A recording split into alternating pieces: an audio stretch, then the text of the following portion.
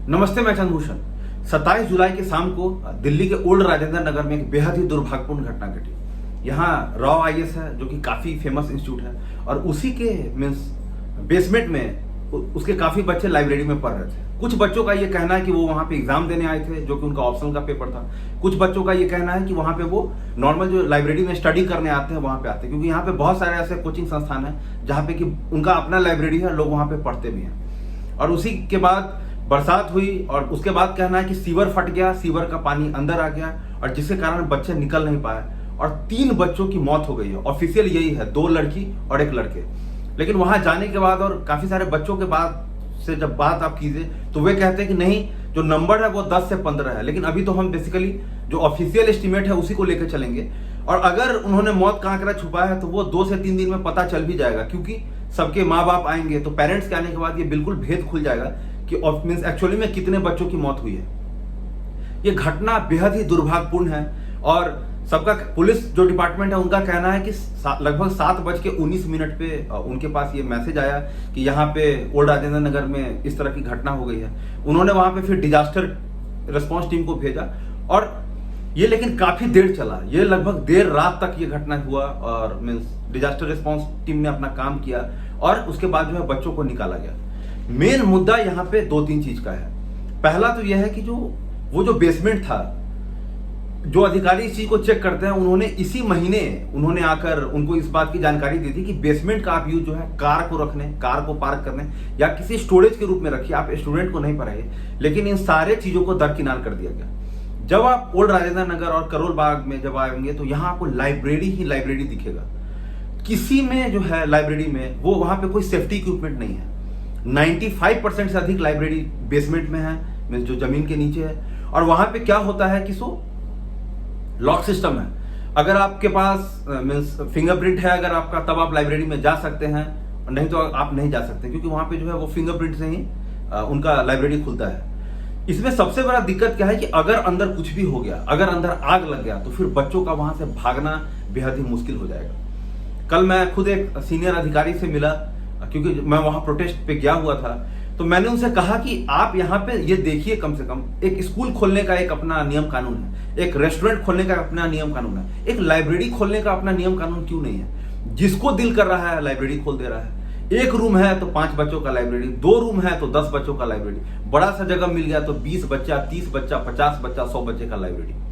माने इंसान का कोई वैल्यू ही नहीं रह गया है। और दूसरा एक और बात कि जब आप लाइब्रेरी बनाते हैं, लाइब्रेरी में बच्चों को बैठाते हैं, उसका क्या रजिस्ट्रेशन है, कौन चेक करने आ रहा है?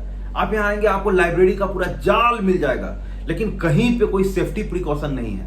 1800 रुपया पर सीट, 2000 रुपया पर सीट, 2200 रुपया पर सीट, 2500 रुपया पर सीट के इस हिसाब से ये लोग स्टूडेंट को भर लेते हैं। तो ये अपने आप में एक बहुत बड़ी समस्या है। और इसको पुलिस अधिकारी ने मुझसे कहा कि अगर जब ये प्रोटेस्ट खत्म हो जाए तो वो खुद पर्सनली एक टीम बनाएंगे और आके वहां पे ऑडिट करेंगे और ऑडिट करके देखेंगे कि लाइब्रेरी में सेफ्टी प्रिकॉशन कितना है। इस पे गवर्नमेंट को बिल्कुल ध्यान देना चाहिए, क्योंकि जो करोल बाग है, ये जो जगह है, अब ये बेरोजगारों का बहुत बड़ा अड्डा हो गया है।